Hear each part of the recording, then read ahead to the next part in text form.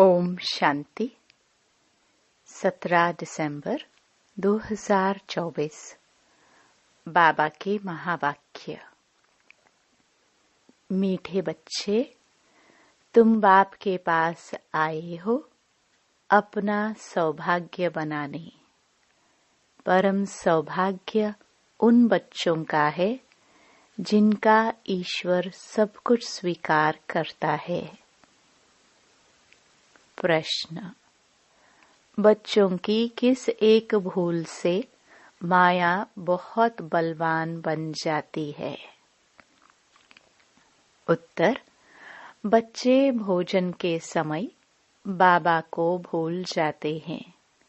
बाबा को न खिलाने से माया भोजन खा जाती, जिससे वह बलवान बन जाती है। फिर बच्चों को ही हैरान करती है। यह छोटी सी भूल माया से हार खिला देती है। इसलिए बाप की आज्ञा है, बच्चे याद में खाओ, पक्का प्रण करो तुम ही से खाऊं। जब याद करेंगे तब वह राजी होगा। गीत। आज नहीं तो कल बिखरेंगे यह बादल। ओम शांति। बच्चे समझते हैं कि हमारे दुर्भाग्य के दिन बदलकर अब सदा के लिए सौभाग्य के दिन आ रहे हैं। नंबरवार पुरुषार्थ अनुसार भाग्य बदलते ही रहते हैं। स्कूल में भी भाग्य बदलते रहते हैं ना, अर्थात ऊंच होते जाते हैं। तुम अच्छी रीति जानते हो, अब यह रात खत्म होने वाली है। अब भाग्य बदल रहा है। ज्ञान की वर्षा होती रहती है। सेंसिबल बच्चे समझते हैं, बरोबर दुर्भाग्य से हम सौभाग्यशाली बन रहे हैं, अर्थात स्वर्ग के मालिक बन रहे हैं। नंबरवार पुरुषार्थ अनुसार हम अपना दुर्भाग्य से सौभाग्य बना रहे हैं। अब रात से दिन हो रहा है। यह तुम बच्चों बिगर कोई को पता नहीं है। बाबा गुप्त है तो उनकी बातें भी गुप्त हैं। भल मनुष्यों ने बैठकर सहज राजयोग और सहज ज्ञान की बातें शास्त्रों में लिखी हैं, परंतु जिन्होंने लिखा वह तो मर गए। बाकी जो पढ़ते हैं वह कुछ समझ नहीं सकते हैं, क्योंकि बेसमझ हैं। कितना फर्क है। तुम भी नंबरवार पुरुषार्थ अनुसार समझते हो। सभी एक रस पुरुषार्थ नहीं करते हैं। दुर्भाग्य किसको, सौभाग्य किसको कहा जाता है, यह सिर्फ तुम ब्राह्मण ही जानते हो। और तो सभी घोर अंधियारे में हैं। उनको जगाना है समझाकर। सौभाग्यशाली कहा जाता है सूर्यवंशियों को। 16 कला संपूर्ण वही है। हम बाप से स्वर्ग के लिए सौभाग्य बना रहे हैं।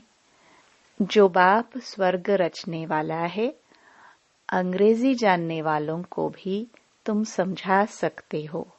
हम हेवनली गॉड फादर द्वारा हेवन का सौभाग्य बना रहे हैं। हेवन में है सुख, हेल में है दुख। गोल्डन एज माना सतयुग सुख, आयरन एज माना कलयुग दुख। बिल्कुल सहज बात है। हम अभी पुरुषार्थ कर रहे हैं। अंग्रेज, क्रिश्चियन आदि बहुत आएंगे। बोलो, हम अब सिर्फ एक ही हेवनली गॉड फादर को याद करते हैं, क्योंकि मौत सामने खड़ा है। बाप कहते हैं, तुमको मेरे पास आना है। जैसे तीर्थों पर जाते हैं ना, बौद्धियों का अपना तीर्थ स्थान है, क्रिश्चियन का अपना। हर एक की रस्म रिवाज अपनी होती है। हमारी है बुद्धि योग की बात। जहाँ से पाठ बजाने आए हैं वहाँ फिर जाना है। वह है हेवन स्थापन करने वाला गॉड फादर। उसने हमको बताया है। हम आपको भी सच्चा पथ रास्ता बतलाते हैं। बाप गॉड फादर को याद करो तो अंतमति सोगति हो जाएगी। जब कोई बीमार पड़ते हैं तो उनको सभी जाकर सावधान करते हैं कि राम कहो।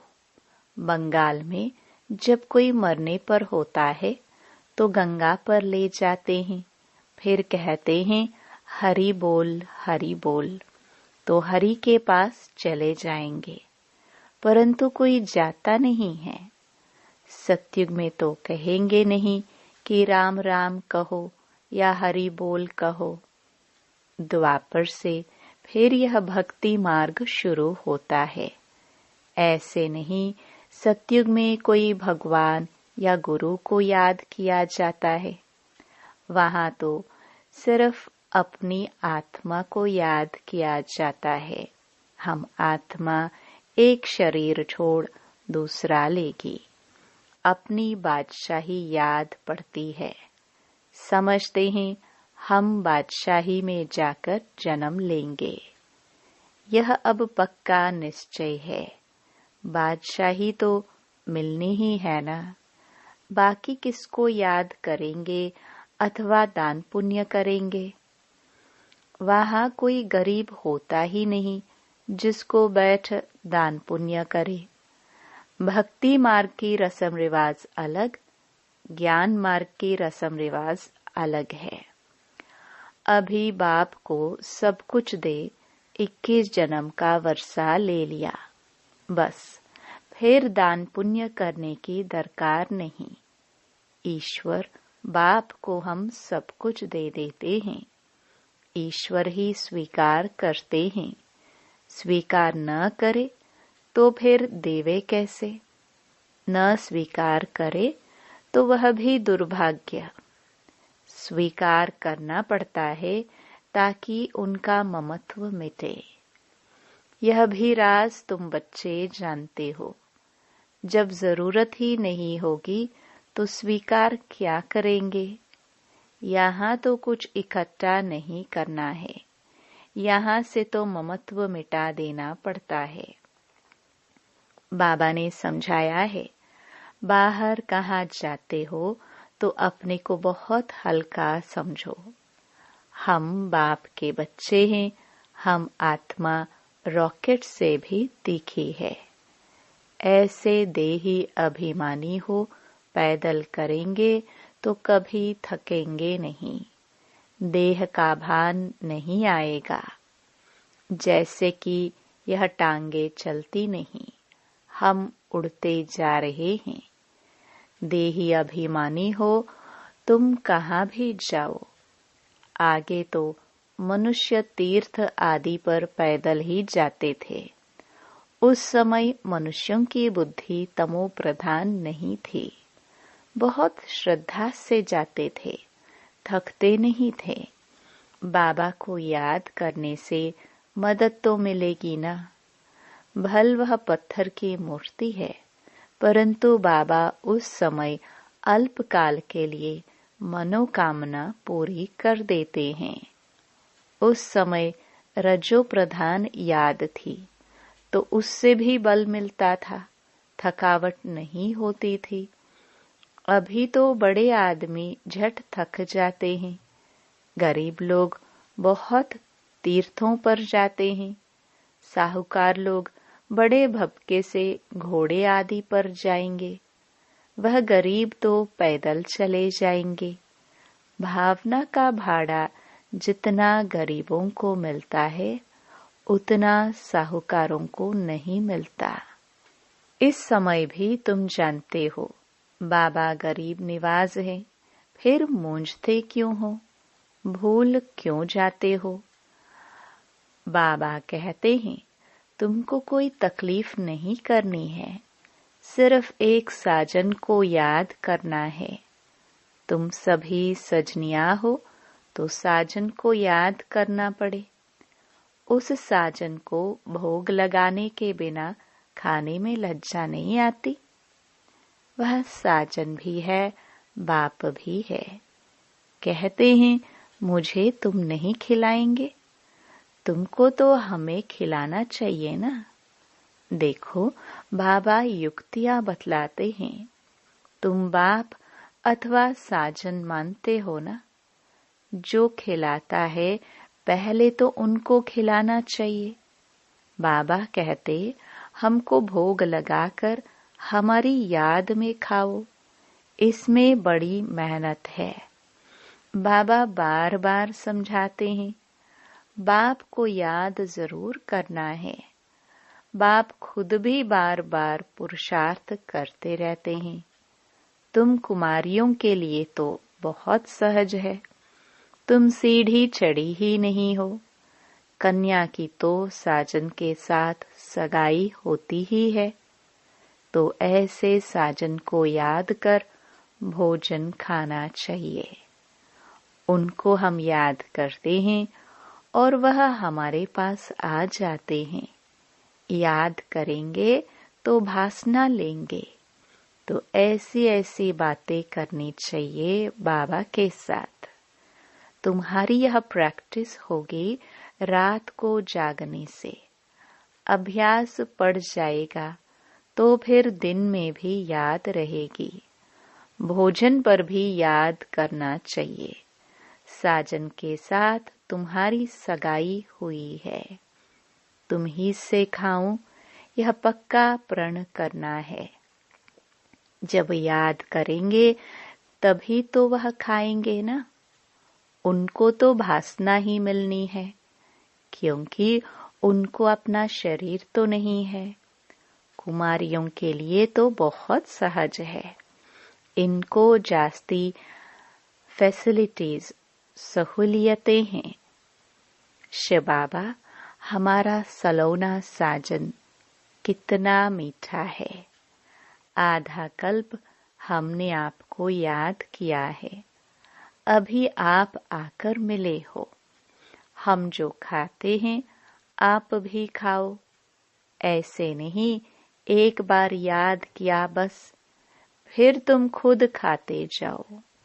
उनको खिलाना भूल जाओ। उनको भूलने से उनको मिलेगा नहीं। चीजें तो बहुत खाते हो, खिचड़ी खाएंगे, आम खाएंगे, मिठाई खाएंगे। ऐसे थोड़े शुरू से याद किया। खलास, फिर और चीज वह कैसे खाएंगे? साजन नहीं खाएंगे तो माया बीच में खा जाएगी, उनको खाने नहीं देगी। हम देखते हैं माया खा जाती है तो वह बलवान बन जाती है और तुमको हराती रहती है। बाबा युक्तियां सब बतलाते हैं। बाप को याद करो तो बाप अथवा साजन बहुत राजी होगा। कहते हो बाबा तुम ही से बैठूं, तुम ही से खाऊं। हम आपको याद कर खाते हैं, ज्ञान से जानते हैं। आप तो भासना ही लेंगे। यह तो लोन का शरीर है, याद करने से वह आते हैं। सारा मदार तुम्हारी याद पर है। इसको योग कहा जाता है। योग में मेहनत है। सन्यासी उदासी ऐसे कभी नहीं कहेंगे। तुमको अगर पुरुषार्थ करना है तो बाबा की श्रीमत को नोट करो, पूरा पुरुषार्थ करो। बाबा अपना अनुभव बतलाते हैं। कहते हैं जैसे कर्म मैं करता हूँ तुम भी करो, वही कर्म मैं तुमको सिखलाता हूँ। बाबा को तो कर्म नहीं करना है। सतयुग में कर्म कोटते नहीं। बाबा बहुत सहज बातें बताते हैं। तुम ही से बैठूं, सुनूं, तुम ही से खाऊं। यह तुम्हारा ही गायन है। साजन के रूप में व बाप के रूप में याद करो। गाया हुआ है ना। विचार सागर मंथन कर ज्ञान की पॉइंट्स निकालते हैं। इस प्रैक्टिस से विकर्म भी विनाश होंगे, तंदुरुस्त भी बनेंगे। जो पुरुषार्थ करेंगे उनको फायदा होगा, जो नहीं करेंगे उनको नुकसान होगा। सारी दुनिया तो स्वर्ग का मालिक नहीं बनती है। यह भी हिसाब किताब है। बाबा बहुत अच्छी रीति समझाते हैं। गीत तो सुना, बरोबर हम यात्रा पर चल रहे हैं। यात्रा पर भोजन आदि तो खाना ही पड़ता है। सजनी साजन के साथ, बच्चा बाप के साथ खाएंगे। यहाँ भी ऐसे है। तुम्हारी साजन के साथ जितनी लगन होगी उतना खुशी का पारा चढ़ेगा। निश्चय बुद्धि विजयंती होते जाएंगे। योग माना दौड़ी। यह बुद्धि योग की दौड़ी है। हम स्टूडेंट हैं। टीचर हमको दौड़ना सिखलाते हैं। बाप कहते हैं, ऐसे नहीं समझो कि दिन में सिर्फ कर्म ही करना है। कछुए मिसल कर्म कर फिर याद में बैठ जाओ। भ्रमरी सारा दिन भू भू करती है, फिर कोई उड़ जाते, कोई मर जाते। वह तो एक दृष्टांत है। यहाँ तुम भू भू कर आप समान बनाते हो। उसमें कोई का तो बहुत लव रहता है, कोई सड़ जाते हैं, कोई अधूरे रह जाते हैं, भागंती हो जाते हैं, फिर जाकर कीड़ा बनते हैं। तो यह भू भू करना बहुत सहज है। मनुष्य से देवता किए करत न लागी वार। अभी हम योग लगा रहे हैं, देवता बनने का पुरुषार्थ कर रहे हैं। यही ज्ञान गीता में था। वह मनुष्य से देवता बनाकर गए थे। सतयुग में तो सब देवताएं थे। जरूर उन्हों को संगम युग पर ही आकर देवता बनाया होगा। वहां तो देवता बनने का योग नहीं सिखलाएंगे। सतयुग आदि में देवी देवता धर्म था और कलयुग अंत में है आसुरी धर्म। यह बातें सिर्फ गीता में ही लिखी हुई है। मनुष्य को देवता बनाने में देरी नहीं लगती है, क्योंकि एम ऑब्जेक्ट बता देते हैं। वहां सारी दुनिया में एक धर्म होगा। दुनिया तो सारी होगी ना। ऐसे नहीं चीन यूरोप नहीं होंगे, होंगे परंतु वहां मनुष्य नहीं होंगे। सिर्फ देवता धर्म वाले होंगे और धर्म वाले होते नहीं। अभी है कलयुग। हम भगवान द्वारा मनुष्य से देवता बन रहे हैं। बाप कहते हैं, तुम 21 जन्म सदा सुखी बनेंगे। इसमें तकलीफ की कोई बात ही नहीं। भक्ति मार्ग में भगवान के पास जाने के लिए कितनी मेहनत की है। कहते हैं पार निर्वाण गया। ऐसे कभी नहीं कहेंगे कि भगवान के पास गया। कहेंगे स्वर्ग गया।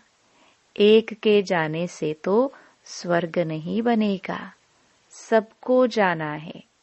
गीता में लिखा हुआ है, भगवान कालों का काल है। मच्छरों सदृश्य सभी को वापस ले जाते हैं। बुद्धि भी कहती है चक्र रिपीट होना है। तो पहले पहले जरूर सत्युगी देवी देवता धर्म रिपीट होगा, फिर बाद में और धर्म रिपीट होंगे। बाबा कितना सहज बतलाते हैं, मन मना भव। बस 5000 वर्ष पहले भी गीता के भगवान ने कहा था, लाडले बच्चे। अगर श्री कृष्ण कहेंगे तो दूसरे धर्म वाले कोई सुन न सके। भगवान कहेंगे तो सभी को लगेगा गॉड फादर हेवन स्थापन करते हैं, जिससे फिर हम जाकर चक्रवर्ती राजा बनेंगे। इसमें कोई खर्चे आदि की बात नहीं है, सिर्फ सृष्टि के आदि मध्य अंत को जानना है। तुम बच्चों को विचार सागर मंथन करना है। कर्म करते दिन रात ऐसे पुरुषार्थ करते रहो। विचार सागर मंथन नहीं करेंगे या बाप को याद नहीं करेंगे, सिर्फ कर्म करते रहेंगे तो रात को भी वही ख्यालात चलते रहेंगे। मकान बनाने वाले को मकान का ही ख्याल चलेगा।